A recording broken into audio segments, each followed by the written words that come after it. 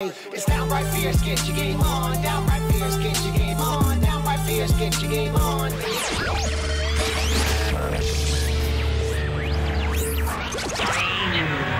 Downright fierce.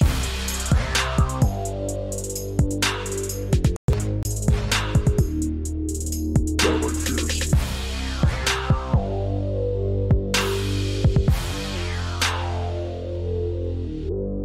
Downright fierce. Hello and welcome to episode 87 of Downright Fierce Gaming, America's worst ASMR podcast. My name is Josh Asensio. With me is Kitty. She's down there somewhere. She's sleeping. She's not really feeling up to it today. I think she had a long day. You know, she's been playing catnip. She's on drugs. She's on drugs, y'all. It is just me, but this is a really big episode. This is actually super important. I've been calling it for years. You know, if you've been watching the show, you know, I've been saying for a long time that the future of gaming is game streaming. You know, almost everybody I've been talking to about that is like, no, man, the internet can't, you know, people, you know, the technology isn't there, and, you know, internet speeds are too slow. I've been saying it, and it's happening. It's Google Stadia. That's the first thing we're going to be talking about. I also want to give a shout out to Mark, who's using our Mixer channel. He says that Scribe guy is pretty cool, and he says this is a huge deal, folks. It is. And also, don't forget that if you watch on Mixer, the latency is a lot shorter, and it's basically instant. Like, it's like right away. You're getting us pretty quick.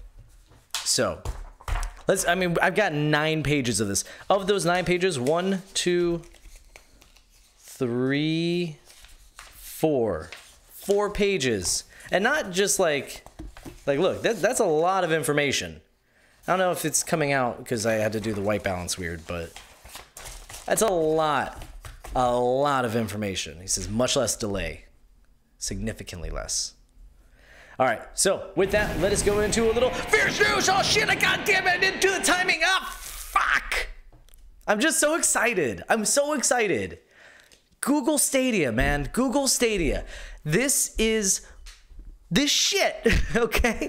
This is the thing that the industry has been moving towards. You know, I mean, it's, if you track, I think when we look back in like 15 years or something, we're going to look back on the progress of gaming, and we're going to see, oh, it started with, you know, not even cartridges. Like, it started in the arcades, and you know, entire units build towards, you know, just one game, and then eventually we moved to cartridges, and then, you know, disc-based, optical-based media, and we got weird with little mini discs with the GameCube, and then we went to all digital, and then streaming, and then, like, that's, I mean, I can't, unless they inject the game into your brain.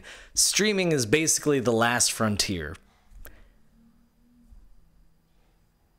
Yeah. I mean, well, I guess the last frontier would just be the games are just everywhere. The cloud, well, that's the thing. That would be streaming. I don't know. The point is, this is awesome. If you don't know what Google Stadia is, it is Google's game streaming service. So we know a lot, and we also don't know a lot. You know, it's kind of,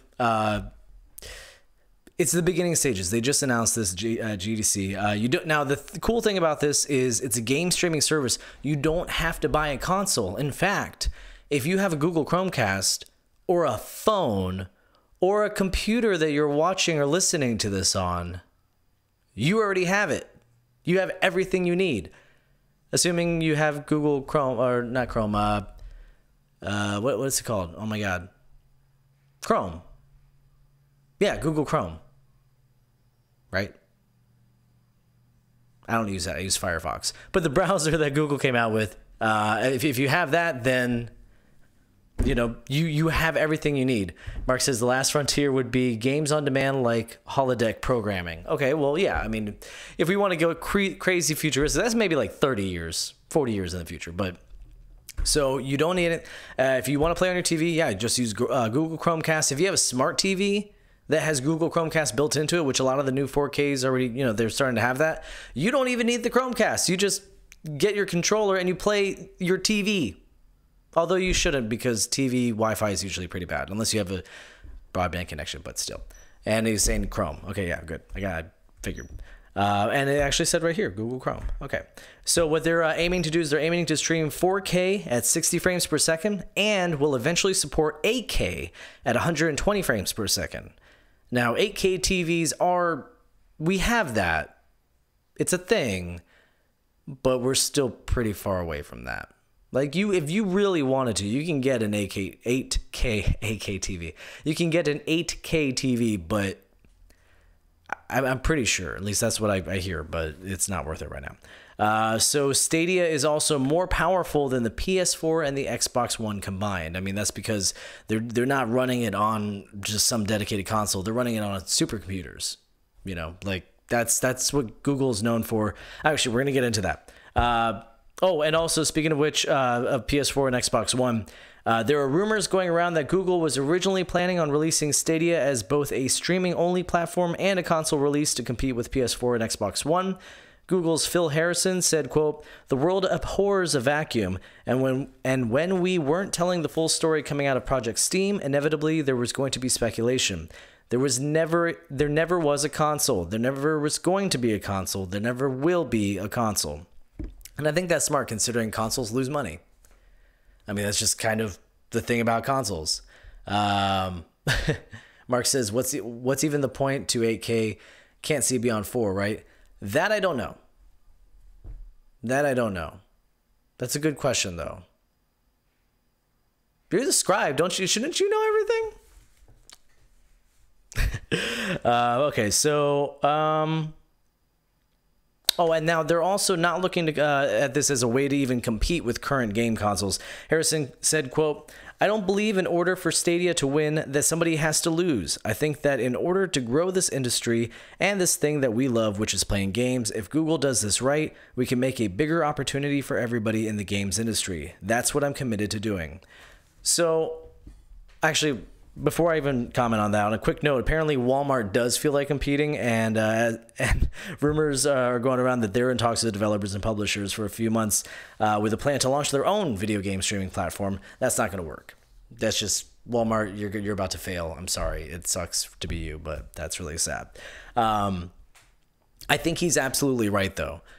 You know, especially if they look at this not just like a Nintendo, like, oh, we're going to get all our own IPs and we're going to, you know, sell this console based on our unique IPs that, you know, draw people in. If you have this just as a supercomputer that gamers can use for their other games, that's all you really need.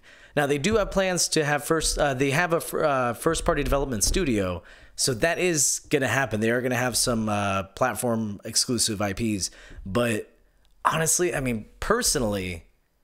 you know, playing games like Assassin's Creed, playing games like eventually Cyberpunk 2077, you know, playing that on what will always be until the other companies come out with their, you know, version of this, but likely always going to be the most powerful console that you never, ever have to upgrade. You don't even have to buy anything. You just subscribe to the service and you have the most powerful console on the market. This is the future of gaming. This is the most exciting thing to happen since 3D. No, that's not fair. This is the most exciting thing to happen since our consoles can connect to the internet. This is amazing. The potential here. And I haven't even gone into the cool features with this thing. I mean, it is freaking amazing. Now, Mark says, Jamie says, Walmart, you're drunk, go home. Mark says, Walmart does so well with technology. Just look at their overpowered brand computers. Wait, that's okay. There's a little winky face. I was going to say, yeah, from what I heard, they're not that great. But I mean, Walmart does surprisingly have, in the little bit of research I did, they do have some like investments in technology and cloud-based. I mean, the thing is they have the ability to do this, but they don't have the power of Google, which the thing is, just like any other thing in the video games industry, you're going to need to lose money for a little while. Google isn't going to start this service and then all of a sudden just be rolling in Steam money. Like, that's not going to happen. What's going to happen is they're going to be losing a lot of money. But eventually, they're going to pick up. Kind of like what Microsoft's doing right now with Game Pass. They're not making that much off of what? I think it's like $10 a month off of each person subscribing to that, 10 to 20, something like that. They're not making that much money. They lost money on the Xbox One X. They're building the baseline, you know. They're building a foundation, and that's exactly what Google's going to do. And I mean, this really is exciting. Mark says, yeah, they're going to get stopped. Well, he's saying that about Walmart.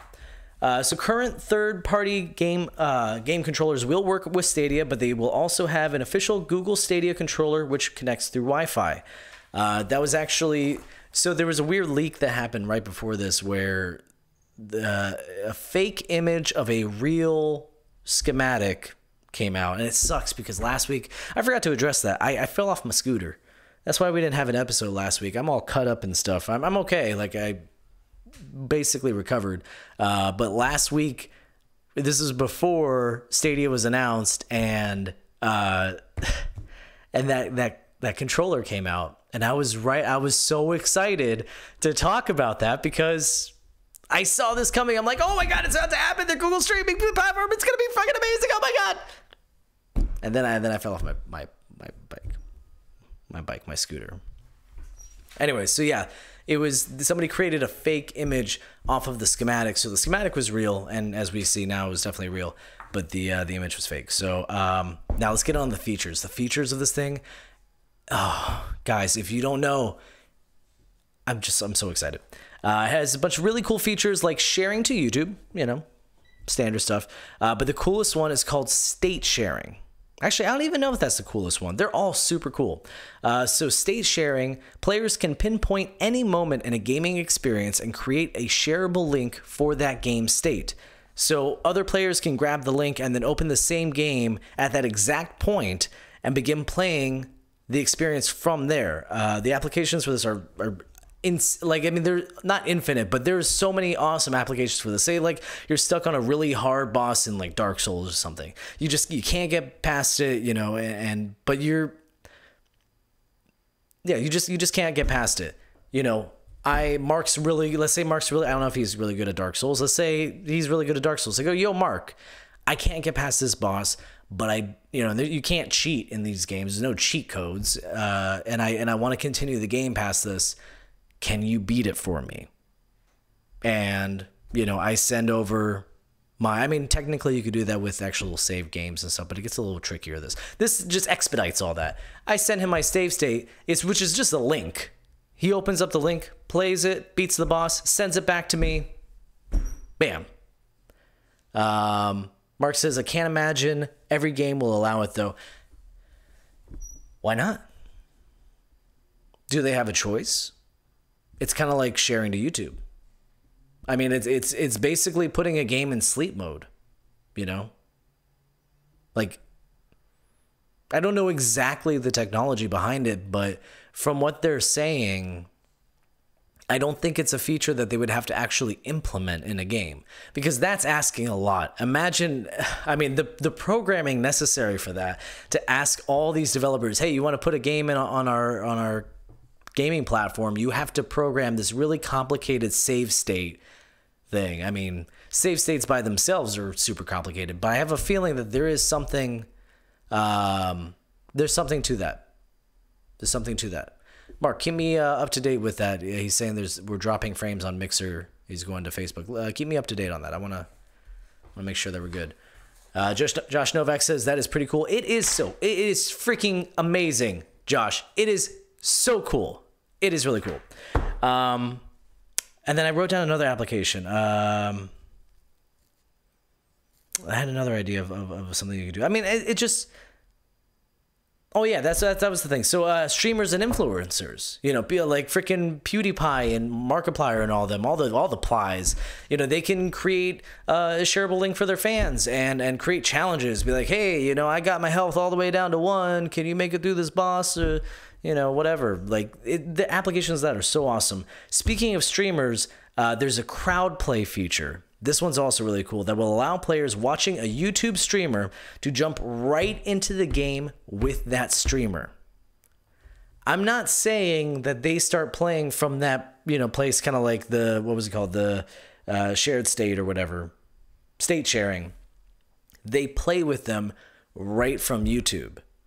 So what ends up happening is, you're on their page, you're watching them play like a basketball game or something. That was the example I saw. You're playing the basketball game, and then you click the crowd play button, and it'll tell you what your position in line will be if you were to join the game. So like, five, well, let's say it's let's say it's us. It'll be like 5 people waiting in line to play NBA 2K. And then when your turn is up, now you're just playing. Imagine that for fighting games. Imagine that for, there are so many cool things, so many applications to that. That's the future of game streaming. Like you're not just watching people on Twitch. Now it won't be even Twitch, it'll be YouTube. You're not just watching people on YouTube.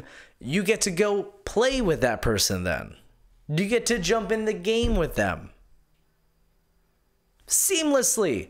You don't have to download anything. You don't have to buy. Well, we don't know about that yet. We're going to get to that. But you just have to be at least subscribed to the service, and then you can play with them. That's so much fun. Yeah, I don't know. It's freaking amazing. Now, as far as confirmed games go, Marty Stratton from id Software confirmed Doom Eternal will release on Stadia. Dylan Cuthbert, the developer behind Star Fox, confirmed he is working on a game specifically for Stadia that will take advantage of the Stadia's state sharing feature. My kitty's pawing at the door. I didn't open it enough. I'm just gonna. There you go. God. Okay. What else? Where am I? I lost some. Kitty, you made me lose my space. Kitty. God damn it. Okay. Ubisoft also shared their commitment to Stadia. We know it will be released this year, but we don't know how much it'll cost, and now this is the important thing here. This is the big question. This is the make or break part of all this. What type of service it is. We don't even know what kind of service it is. And that brings me to my first talking point. Like the first, sit down, let's really analyze this. I guess we have kind of been doing that, but I expected to have a co-host here. And that's when I was going to be like, okay, now that I shared all the details, now let's talk. How do you get your games on Stadia? You have 2 options. In order for the service to work, first of all, there has to be a monthly subscription. This isn't a free thing. You don't just get to pop onto Google Chrome and then all these games, for free or for buying or anything like that. That's not possible.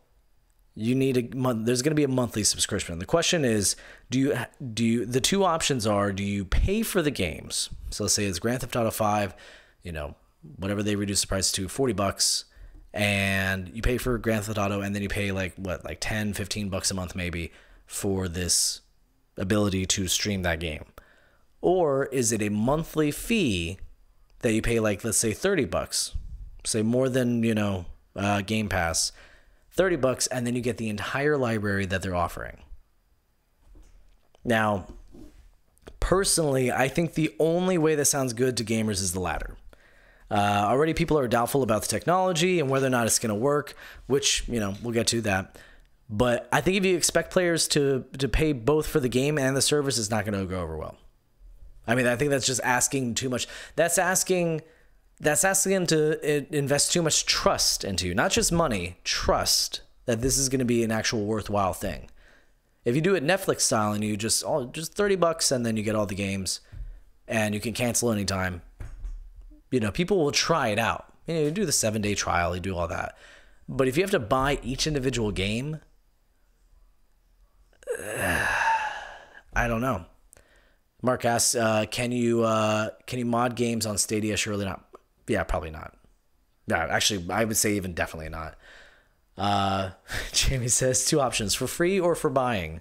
But yeah, so unfortunately, the latter option is kind of. I'm sorry, I gotta close the door again. My bad. One sec. The latter option is. It's asking a lot. It is, and it's not. After 10. Thank you, Mishka, for opening the door. For after 10 months. Oh, you have an opinion too. What do you have to say? I was really hoping she'd meow into the mic. After 10 months, you know, your players now, your gamer has now spent $300, basically the cost of a console, and you've made your money back on well, not made your money back, but that's ultimately, you know, I'm sorry, I'm so distracted because of Kitty. It's a lot to ask. At $30 a month, it's a lot to ask for them to provide every single game for free. You know, they're going to have to do limited library. They're not going to have nearly, you know, the amount of games that the other consoles will have. But it's still an interesting enough service, especially if they do a Netflix style to where they switch games in and out. You know, obviously they're going to start with Assassin's Creed Odyssey because that's what they were testing out with Google Chrome. You know, the what it was called, Project Stream or something. You know, if they have at least, I'd say if they have at least 50 games, you know, 5 AAA titles, you know, and then a couple of old classics, I think they can get away with that. And it also, I don't know, that sounds like a better deal. Now, speaking of games, Google does have a first-party studio, and that's what I mentioned earlier, to develop new platform-exclusive games. Phil Harrison said, quote, "We are a new type of game platform, and we hope to bring as many new experiences to Stadia as possible. But also we recognize that we have to be familiar and have to bring game genres and, in some cases, game brands to our platform in a great way. Getting the balance right is going to be what we tune for over time." And I mean, I don't even really, I said this earlier, I don't even think they really need first-party games. Like, that's cool. It's a bonus, you know, it's a little added incentive, but I mean, they're smarter than I am. You know, what do I know? I mean, I know that games are expensive to develop, and already you're, you know, kind of playing with a dangerous thing, you know, releasing a console when in a not flooded market, but in a dominated market. I don't really think you need to be focusing on first-party software. I just don't. Maybe you can convince some companies to just release their game exclusively on yours, but you're not going to get AAA titles like that. You're not going to have a Spider-Man game. You're not going to have God of War. You're not going to have whatever Microsoft poops out, Crackdown 3, you know? You're not going to have games like that. I think they really need to focus on just acquiring third-party studios to release their games simultaneously on the Stadia service. Mark says, "I would pay $15 a month for an awesome gaming rig on demand that is constantly updated, cheaper than buying or building my own. Not sure I'd pay more than that, though, besides for buying titles." So, I mean, that's what I'm saying, is that if you could pay, I think that would be a reasonable fee, $15, and then you buy the games. But I still would personally prefer, because here's the thing. Once you stop paying that $15, you lose the games. You don't have access to those games anymore.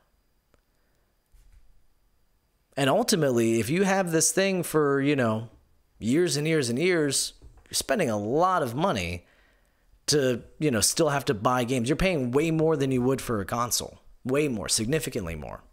That's why I really like the $30 price point. I mean, even if it was like $50, if the library is good enough, I'd be down for that.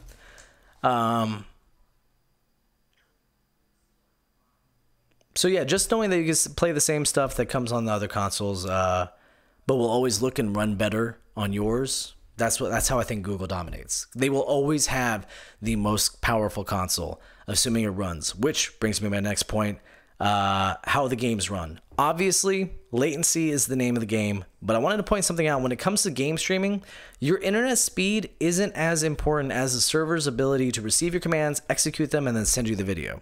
So we're going to break this down into 2 ways. All right, we're just going to dive right into this. The first way is Netflix. I want you to think about Netflix. Netflix is Stadia without interaction. So don't worry about the delays and the hiccups and all that. Don't worry about the, you know, button commands and stuff. Mark already knows where I'm going. You know, just think about Netflix. Because that's what Stadia is. Half of it is just playing you a 4K or 1080p or whatever video. It's just playing you a video. It's not running any, hi kitty. It's not running anything complicated. Yes, show the internet your butthole. It's not running anything complicated. It's not execute. I mean, it's running on a Chromecast. That's it. It's just receiving video. That's it. Get off my papers.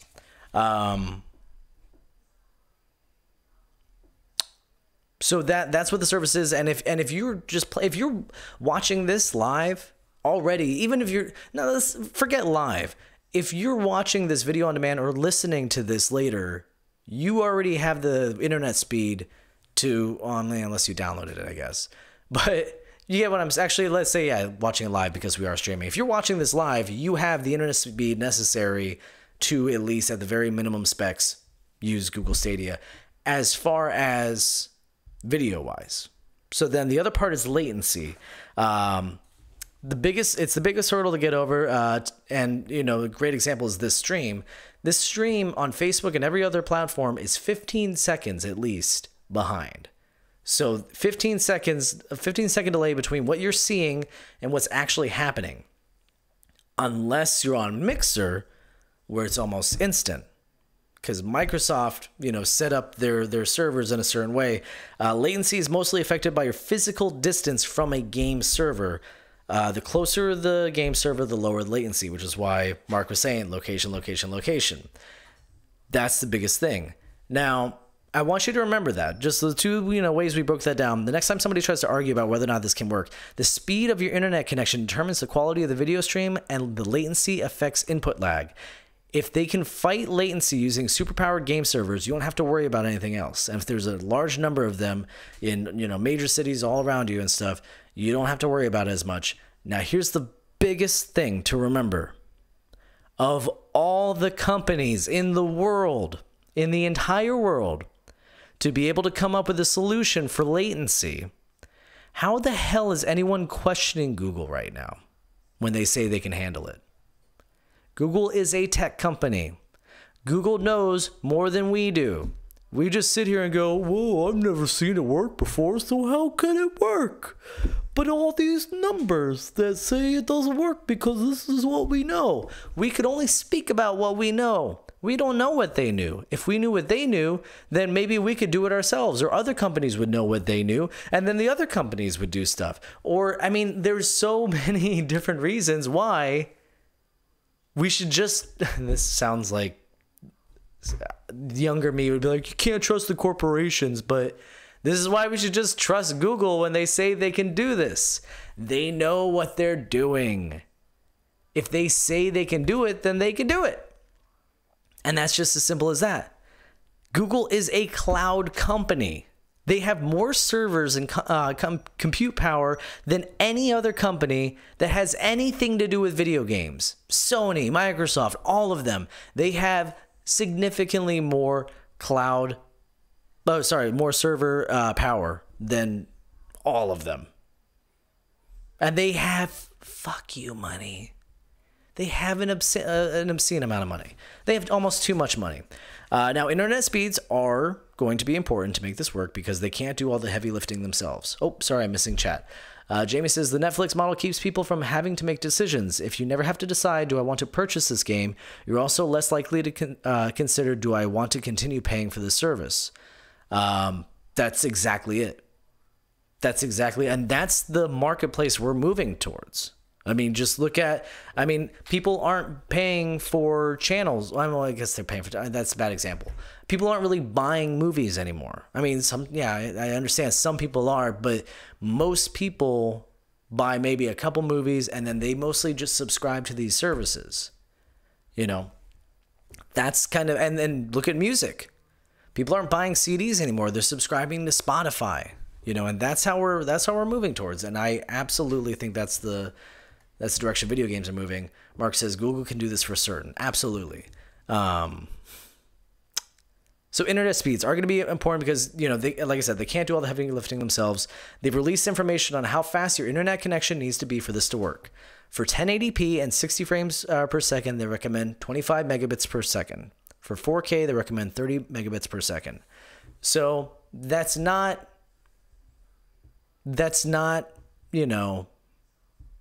available for, actually, we'll get to that. We'll get to that.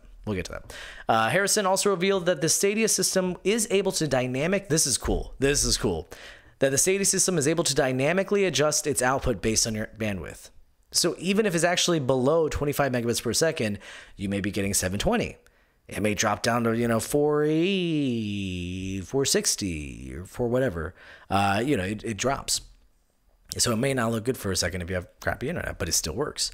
And now this brings us to the next talking point, the thing I almost jumped ahead to. The thing everybody's talking about.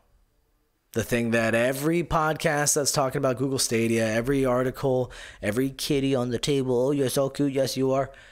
Everybody's talking about, and I lost my place. No, the fact that there are millions of people out there who don't have internet that fast. Here's my answer. Fuck them.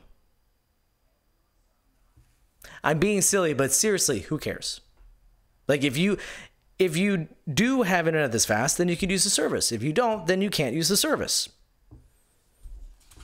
Like they've obviously run the numbers and they anticipate enough users will be able to use the service to justify its release. Again, people who are smarter than us, people who have more information than we do. We're just the people who react. Like I'm just the guy sitting here who reads the article and goes, oh, cool. Like I don't have none of us have any authority to go, even if you spend all day, Googling and ironically Googling, data and charts and all kinds of, stuff to support saying that there aren't enough people out there who have the internet. That's the thing. They know something that we don't. Even if that's true, even if right now we don't, there's not enough people to justify having the service. Here's one fact that we all do know. I mean, not that we all do know, but that the information is out there for everybody. More and more people every day, every single day are getting faster internet. Every single day. There is only an increase in internet speeds.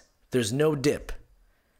Every day is slower than the next day. So maybe they either see this as a quickly growing trend. Maybe they know something that we don't. There's something about like 5G or something crazy that's about to happen in technology, some great advance. Because, here's the thing. You notice how I've been saying all these companies are moving towards game streaming. Remember Apple, now Walmart, Microsoft, Google, Nintendo's farting around with it.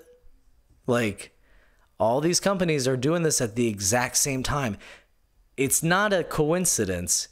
Nobody's copying off of each other. They're all doing this because they know something we don't. They have analysts that run the numbers, that pay attention to these tiny little things, and they jump on this before we even know what's happening. Google was just the first one to jump on, to be like, hey, this is happening. And Mark says, sorry, Grandpa, you're not going to be able to play Bejeweled on Stadia. Well, that one maybe. And he also says the speed requirements are somewhat reasonable. They are. It's not that bad. Yeah, I covered that. I said all that.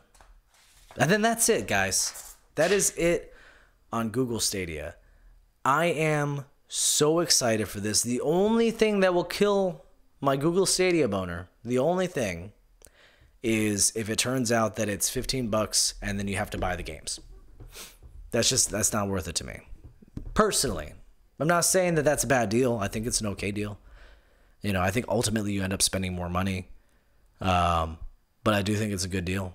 To have a computer that, basically, I can't even imagine what kind of computer that would be. They haven't released the specs on it. They said it's more powerful than just, than the PS4 and the Xbox, One combined. So, personally, I have a computer that's faster than both of those, but not combined. So, I can't even imagine. That's like a $3,000, maybe $4,000 computer. I don't know. That's an insane. So, it would be a somewhat good deal, but I'm still, give me the Netflix model. I think they'll get a lot more people like that.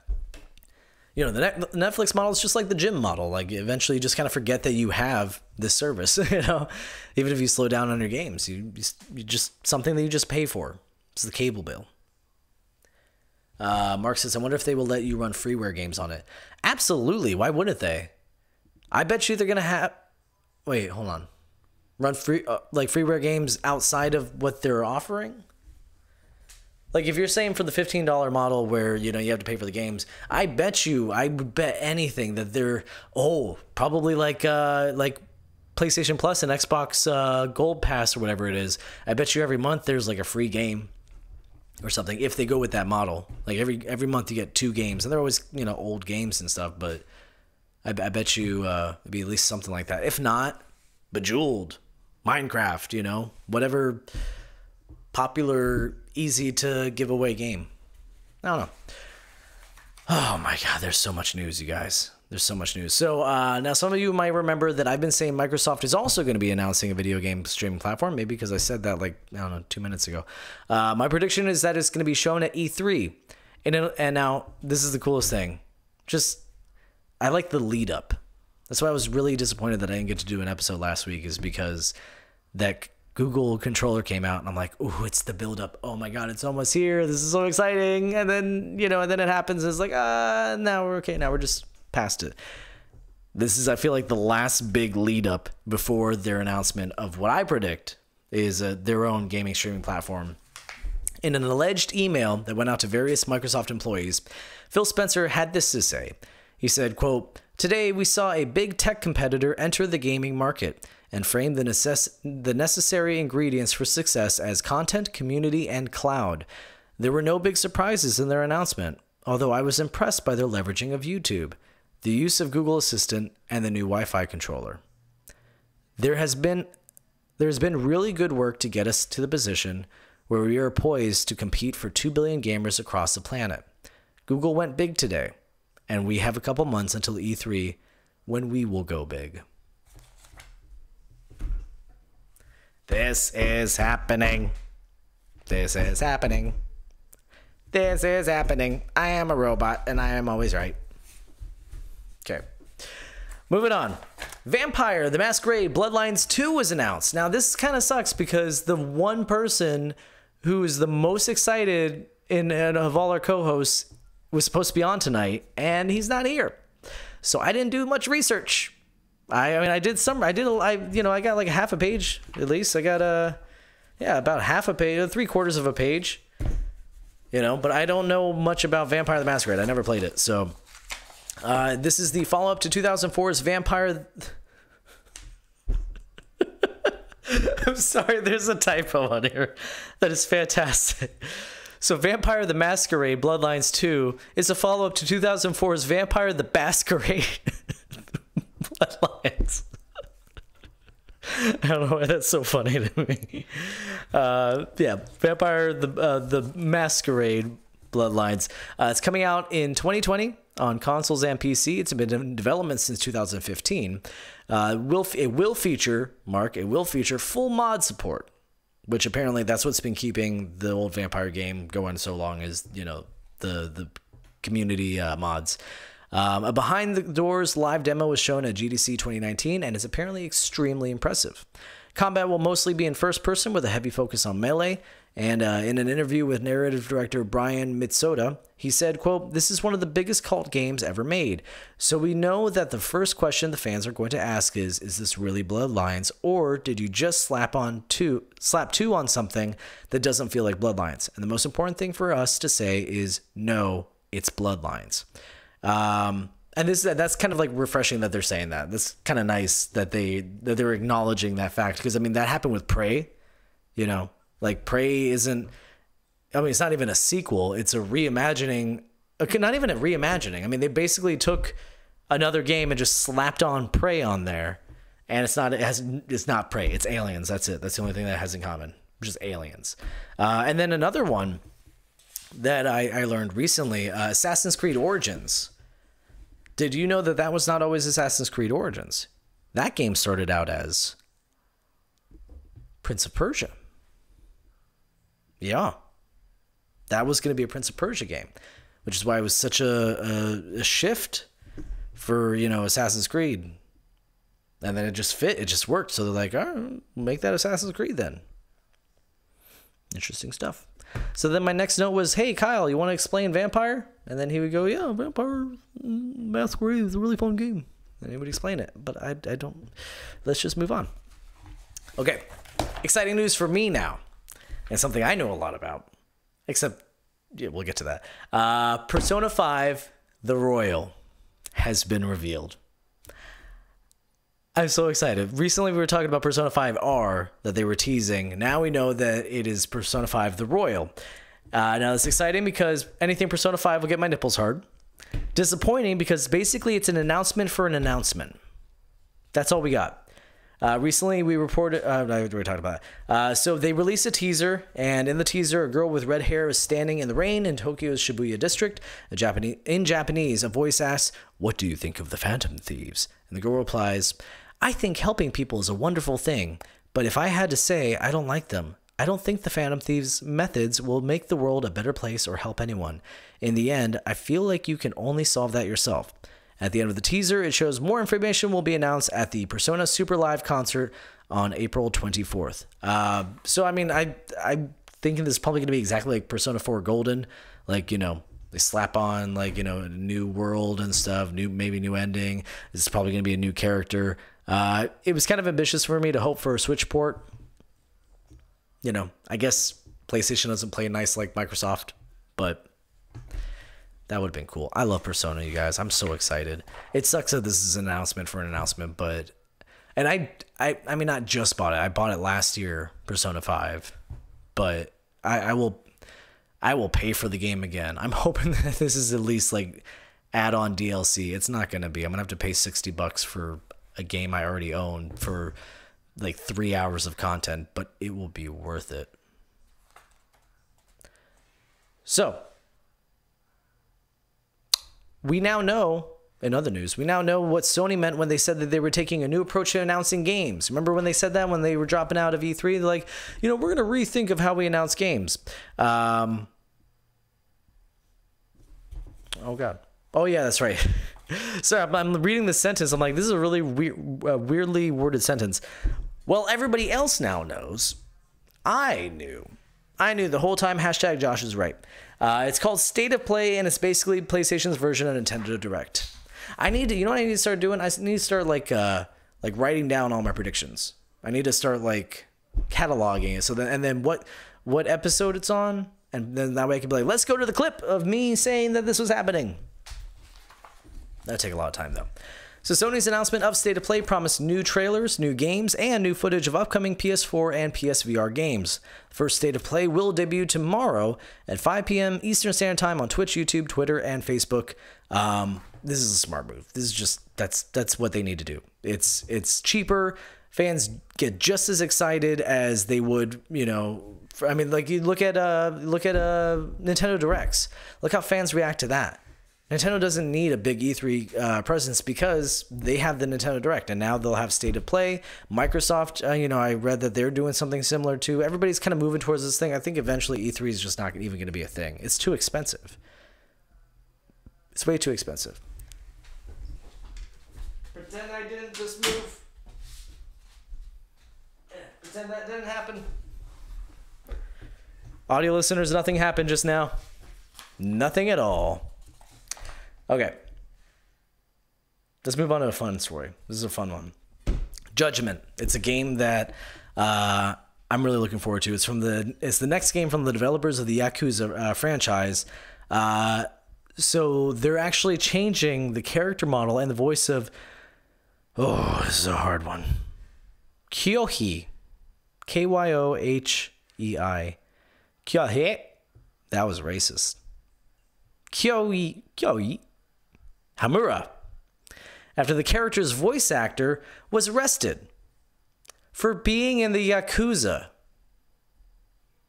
No. I just wanted to say that he wasn't actually in the Yakuza, but he was arrested for, quote, using a small amount of cocaine. And could be facing up to 7 years in prison for using, quote, a small amount of cocaine. Now, this is not going to change the Western release date on June 25th for the PS4. And in my opinion, this seems a little bit extreme. this seems kind of this seems kind of extreme. Like, I get it when, like, you know, like what's his name? The guy that oh my god. Kevin Spacey. When they took Kevin Spacey out of a movie because he turned out to be a nasty, nasty man. Like, I get that. But this guy used a small amount of cocaine and they're removing him from, like, the entire game. Like, could you imagine if we did that in the US?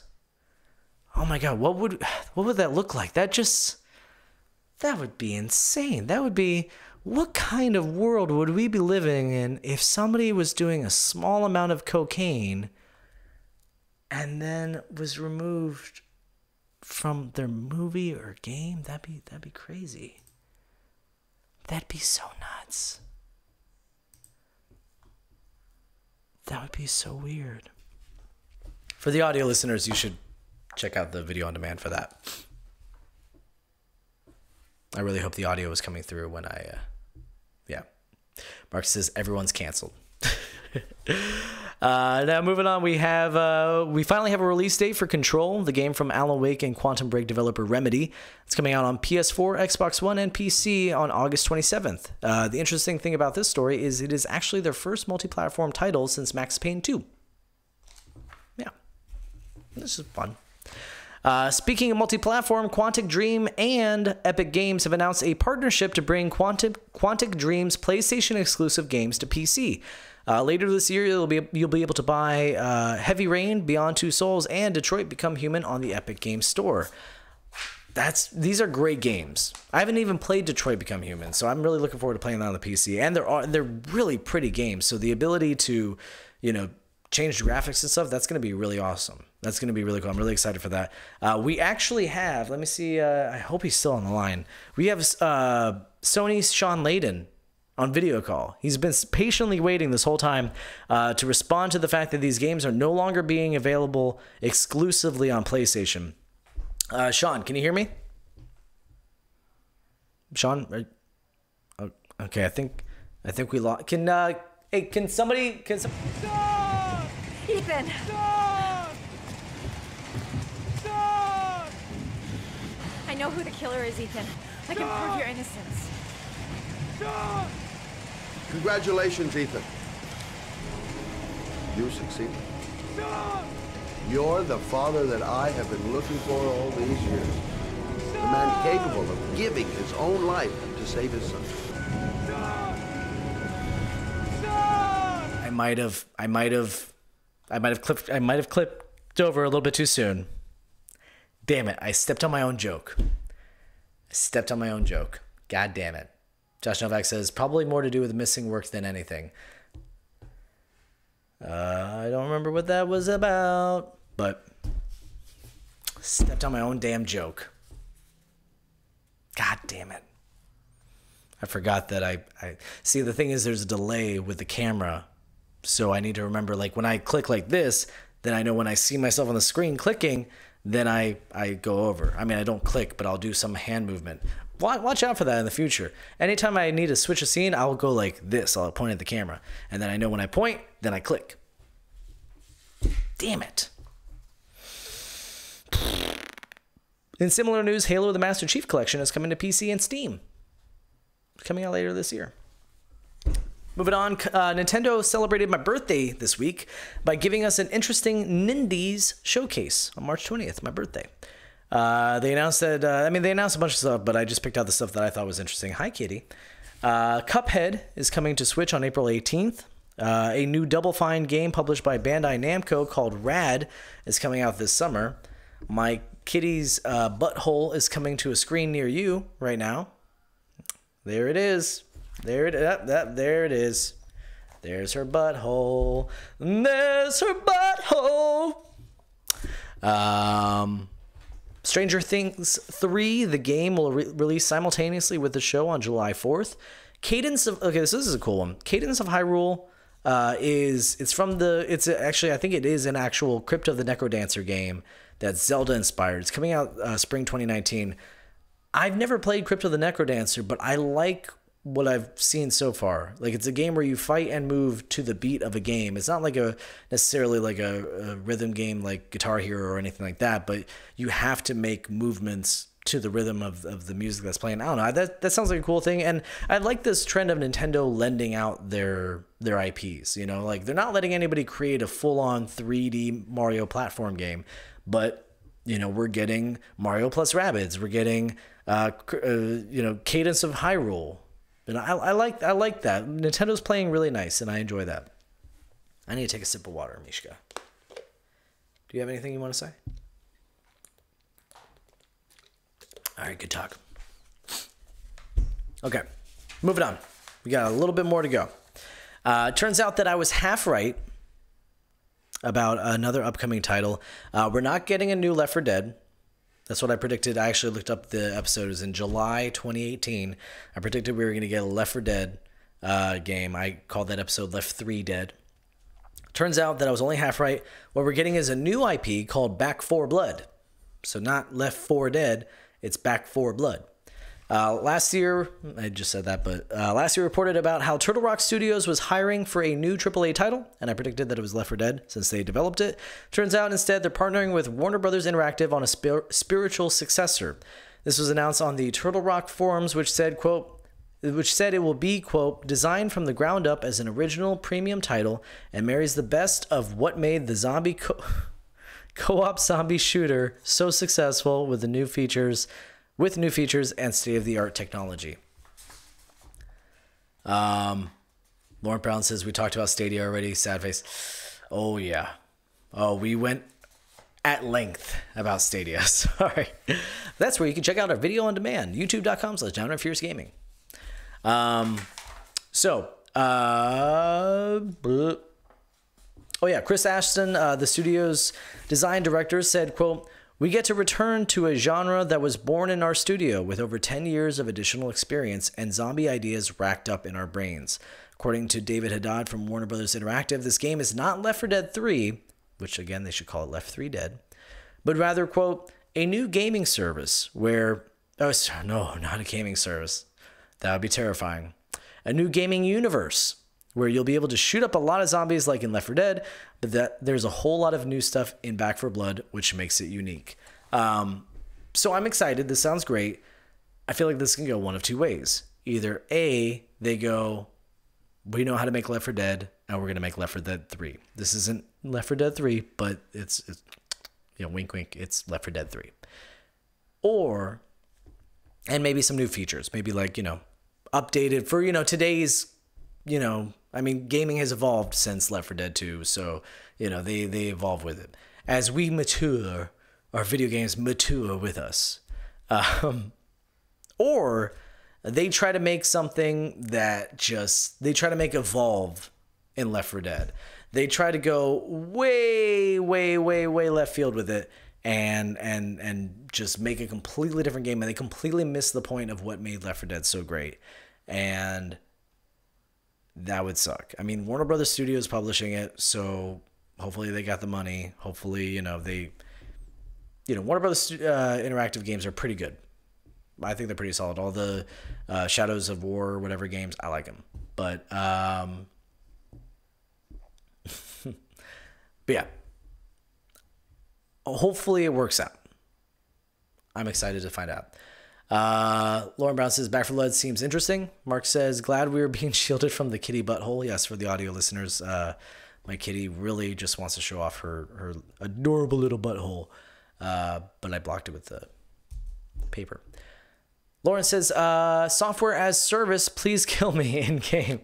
What do you think the player limit will be? Okay, well, I mean, that's the thing. I don't want them to go too crazy from the original like mechanics of the game. It should be 4 people. I mean, it's, you know, back 4. They're using the number 4 in the middle. It should still just be 4. You know, I don't want to be on a team with 8 people, you know, mowing down zombies. Keep it 4. Keep it the same style where, you know, you've got an objective. Don't make it like Payday the Heist or something where, you know, you're just running around in one area. You know, make it a little track where you're moving through. Make the multiplayer where it's, you know, zombies versus humans. Keep everything basically the same, but just add the little improvements, little quality of life improvements, you know. Maybe update the graphics a little bit, you know. The most important thing, the thing that made that game that, you know, incredible was the I forgot what they called it, but the director. You know, the AI director of the game that, you know, if you're doing too well, the game throws more difficult, you know, bigger hordes and tries to kill you a little bit more. You know, they know when you're kind of like separated, so they'll try to isolate somebody, you know, the little things like that. That's what made that game fantastic.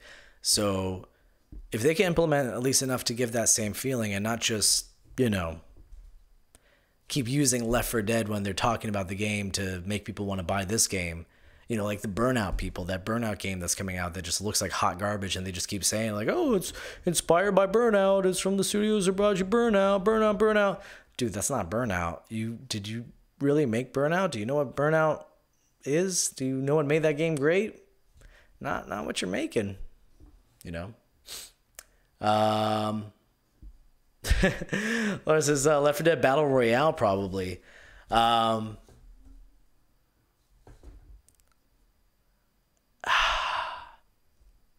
I'll tell you this.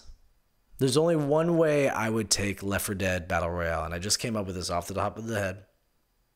This would actually be really cool. Left 4 Dead Battle Royale, but when you die, you turn into a zombie. Like a licker or a boomer. I mean, I'm sure they have to do slightly different stuff, but you turn into a zombie, and you don't get like points or anything for killing other people. It's just like, you know, you get that good feeling of killing somebody. You know, you get that one last opportunity to try to kill somebody, and it's basically second life in the game. So, you know, if you're the last zombie standing, yeah, there you go, your last zombie standing, and you still get, you know, the prize. Hell yeah, that's what it should be. Moving on to the most obvious tease ever. Gearbox has basically announced that they're going to announce Borderlands 3 at PAX East. I mean, there's been rumors. There's been like, oh, that thing you think we're working on it. You know, we have a big announcement at PAX East. We basically knew. Now it's like, okay, it's announced. This is a thing. They released an image of a highway sign that clearly has the style of Borderlands. I mean, it's Borderlands. It's fucking Borderlands. It says March 28th, Boston, Massachusetts, and above it says Exit 3. It's Borderlands 3. Like, I don't get any credit for predicting this, because if it's anything else, there will be a riot. People will freak out if they're like, oh, it's the, you know, Handsome Jack Collection 2, or I don't know. They also teased something to do with Bulletstorm by posting a picture of Duke Nukem and Ishii Sato with the caption, quote, "Time to tease another game for PAX." I tried Bulletstorm because it was free on PlayStation Plus. It wasn't my kind of game. I just, I don't know. Not my kind of game. You have to, the only way to kill people is you have to do combos and throw them into stuff. Like I want that to be like an extra flavor to a game. Like, don't force me to use your, you know, one gameplay mechanic that sets you aside from different games. You know, oh, you could whip somebody and then it slow motions them and you shoot them as they're flying through the air. Why is it that if I'm getting like 20 headshots on a dude and he's not going down, that doesn't kill him, but I do the whip and he's flying towards me, I shoot him twice in the head and then his head explodes. So I have to just throw everybody around. I want to be able to just shoot people. Let me just shoot people. Some bitch. Mark says Bulletstorm was the shit. I don't know. I get it. I do. It was fun. The story was great. The story was hysterical. You know, I'm really sad I didn't get to the Duke Nukem part, but just. Oh, and I also don't think this is going to be a sequel. I don't. I think it's coming to Switch. I mean, it's a random prediction. It's not based on anything. I think it's coming to Switch. Pets. Port everything to Switch.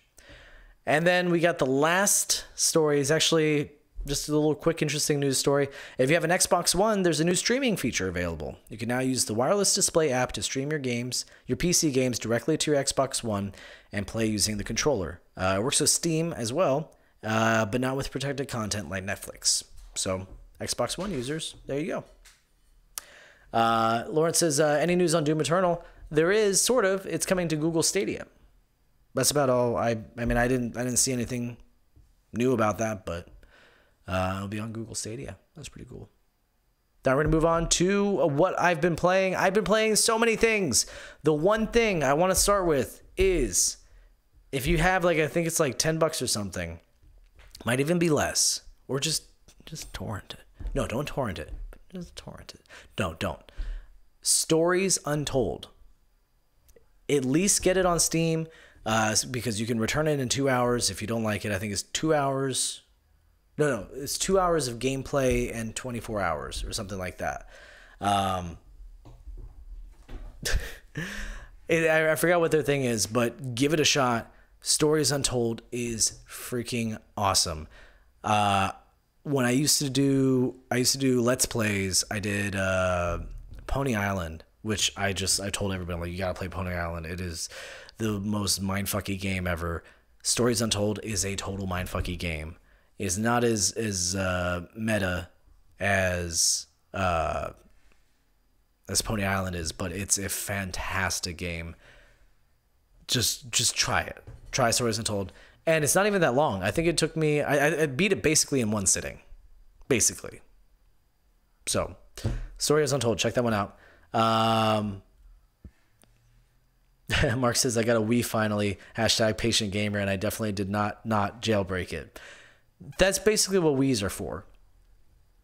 You create your own, virtual console. Now you have all the games on there. Yeah. I get you. I've also been playing Assassin's Creed, I stopped playing Assassin's Creed Origins. So here's the unfortunate thing. I was playing Assassin's Creed Origins, and I was having a great time. I was enjoying the crap out of it. Assassin's Creed Origins is an amazing game. Highly, highly, highly recommend it. I had just the best time playing Assassin's Creed Origins, and then I did something stupid, y'all. I did something stupid. I got Sekiro Shadows Die Twice. And I also got the DLC for Spider-Man. They're both so much better than Assassin's Creed, and that's not Assassin's Creed's fault. Assassin's Creed is like a solid 9. Like 8.5. Assassin's Creed is an 8.5. Sekiro Shadows Die Twice is almost a 10. It's like a 9.5. Spider-Man's like a 10 for me. And now Assassin's Creed is suffering. I don't want to play Assassin's Creed because I have Sekiro Shadows Die Twice and the new Spider-Man DLC. So, yeah. It sucks. I miss it. But I also don't miss it because Sekiro Shadows Die Twice is the best From Software game ever made. I mean, I know there's not that many From Software games, but it is the first time that they respect the player, which I love. It's still, oh my God, I've been stuck on the same goddamn boss for so long, but every time I die, I go, yep, that was my fault. Every time. I'm like, oh, I know what I did wrong.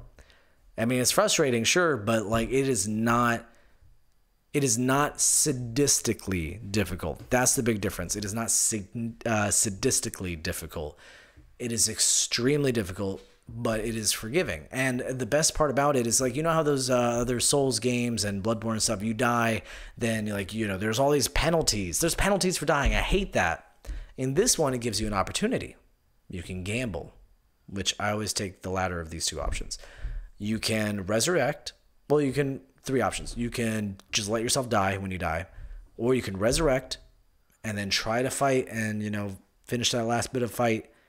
And then if you do that, then there's like no penalty. Or you can resurrect and then run away. Run away. That's what I do every time. I just run away. Like, I am not risking losing half my experience. I am not risking losing, half my gold. Nope. I run away. but I'm happy running away because I'm like, yes, I don't have to worry about losing all my shit. And that's awesome that they respect my time like that. I don't know. And then Lauren Brown says Sekiro is the best game since Ninja Blade. Ninja Blade was dope too. And Unseen Aid. Yeah, that. So there's this thing, Unseen Aid. I still don't 100% understand it. But basically, every once in a while, if you take that little gamble, which I did one time, and the only time I took that gamble, I got Unseen Aid, which was just fantastic. If you're like, no, I got them right there. I almost beat them. I'm just going to go for it. And if you die, you either lose half of all your stuff, or there's initially a 30% chance that you will receive Unseen Aid, and you just resurrect with, not resurrect, but you restart at a spawn point with no penalty. It's pretty cool. And that happened to me. Now, if you, I think it's if you die too many times or something, then your Unseen Aid percentage goes down and you get like resurrection rot or something. That also happened to me. That kind of sucks. Laura says, I have a Unity dev insight on Google Stadia. They don't even have an AP up for the developers, but it is released this year. I have to stop talking about it now. I mean, that's, they're keeping their, I get what you're saying. And that's, I mean, I don't want to talk about Stadia too much, but we just have to, I'll just say the same thing I said earlier. We have to just trust that Google knows what they're doing. You know, they know what they're doing. And they're playing their hand close to the chest, but you know, they've been talking to developers and developers are excited about it. Ubisoft's coming out saying, yeah, we're excited about it. I mean, obviously they're, you know, they have something invested in it, so they're going to, you know, say they're excited about it, but they're publicly saying that they're excited about it. That's the thing. Even if they're not actually excited about it, they're publicly saying it, which means they're at least a little excited about it. But enough on that. And now I've been playing the Spider-Man DLC. If you have Spider-Man, you need to get the DLC. You have to. I think right now it's like $15. It's on sale. Go get it. Go get the 3 episodes and stuff. It is amazing. It's just more Spider-Man. It's more Spider-Man story. It's an extension. Like it's a really good story so far. I'm only on the first episode, but you just need to get it. I don't download DLC very often. I just don't care enough. You have to get this. It is incredible. It is awesome. Go get it. And with that is it. That's all I've been playing. And that's the end of the episode. We do this every Sunday. Facebook.com/DownOnFierceGaming, YouTube.com/DownOnFierceGaming, Twitch.tv/DRFPodcast, and Mixer.com/DRF Podcast. It's every Sunday, 8:30 Eastern Standard Time, and then all the audio episodes release on Mondays sometime. I don't know, sometime on Mondays. Sometimes I feel like doing it on Sunday. Not lately, but I might release it on Monday. It's every Monday on Podbean. Oh my God. iTunes, Podbean, Google Play, and Stitcher. You can, if you feel like it, you can send us an email. You know, send us an email. downrightfierce@hotmail.com. I think that's it. Let me double check. I think it's downrightfierce@hotmail.com. Oh my God, come on. Yep, downrightfierce@hotmail.com. With, you know, something that you want to talk about, something that's been on your mind about video games, concerns, questions. You know, send it over downrightfierce@hotmail.com, and I will read it on the air if it's not, you know, trolling or anything. I'll do that. If you want to help the show get better and better and better, you can donate. Well, not donate because you get something for it. You can contribute at patreon.com/downrightfiercegaming. I think that's what it is. I clicked on the wrong thing. Patreon.com/downrightfiercegaming. That's where you can give us $2 a month, and that gets you thanked at the end of the episode, as well as, oh my God, I'm doing everything out of order. That gets you all of our exclusive content 1 week earlier before everybody else. It also gets you access to episodes that we never released, including Downright Fierce Drinking. That was a little experiment that we did, and that's only available through our Patreon page. And it also gets you thanked at the end of the episode. So we want to thank Mark Mayfield. Thank you very much, Mark Mayfield. We want to thank Tristan Haynes. Gracias, Tristan Haynes. We want to thank our executive producers, Brian Kizmetsky, Carolina Jarvis, and Andrew, Face Kicker Kirkendall. With that, that's it. Lauren Brown says, peace and pixels. I like that. With that, I'm going to leave you guys with a new music video. This one's from MC Lars. This is a good one. I like it. It's a parody, and I wrote it down. God, that's right. I remember now. It's a parody of Cardi B's Money. It is called Honey. So enjoy, and bye.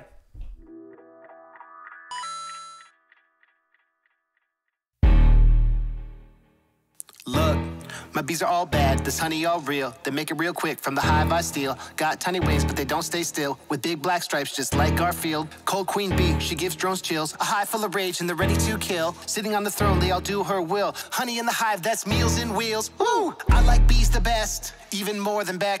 I like pouring it all up on my eggs. But nothing in this world that I like more than checks. Honey. All I really want to taste is the honey. Want to thank this little bees for the honey. All a bad boy needs is a honey flow. I got Manuka too, dripping from the roof. I got banned from my school. Poured it in the pool.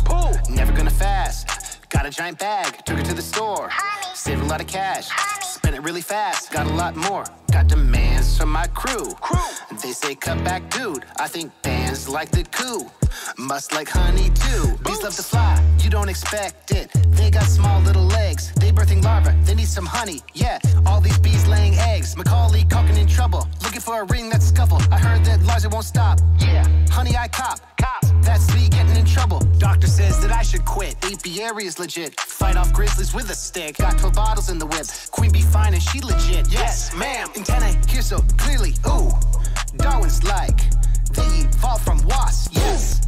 Apis tribe. Yes. Bees are how we get honey on our bread. Never boring guests. They like morning treks. Drones and worker bees keep the hive in check. Honey. All I really want to see is the honey. Pollen all up on the tree gives us honey. All that Lars really needs is the honey flow. I got cans from Peru. Bet there's one for you. When I run out of room, I might store it in my shoes. I think it's getting bad. Honey. Got a little pollen that I really like to snort. Honey. Spend it on my cash. Honey. Squeeze it real fast. It's what I adore. I got tattoos of poo. Winning. Hands are sticky too. I got Manuka, dude. Touch it and I'll shoot. Boom.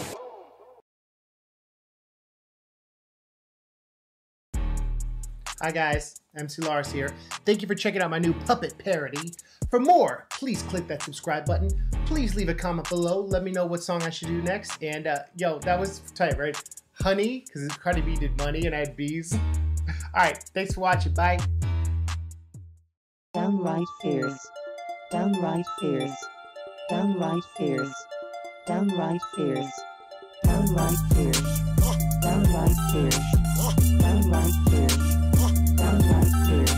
It's a downright fierce gaming podcast. Playing mad games and talking mad trash. Subtitle pinned and dropping facts about consoles, news, and industry stats. Every week, Josh and the crew go hard with the gaming passion. It's true. It's downright fierce in the place to be with a custom theme by Lars MC. It's downright fierce, get your game on. Downright fierce, get your game on. Downright fierce, get your game on. Downright fierce, get your game on. It's downright fierce, get your game on. Downright fierce, get your game on. Downright fierce, get your game on. Downright fierce, get your game on.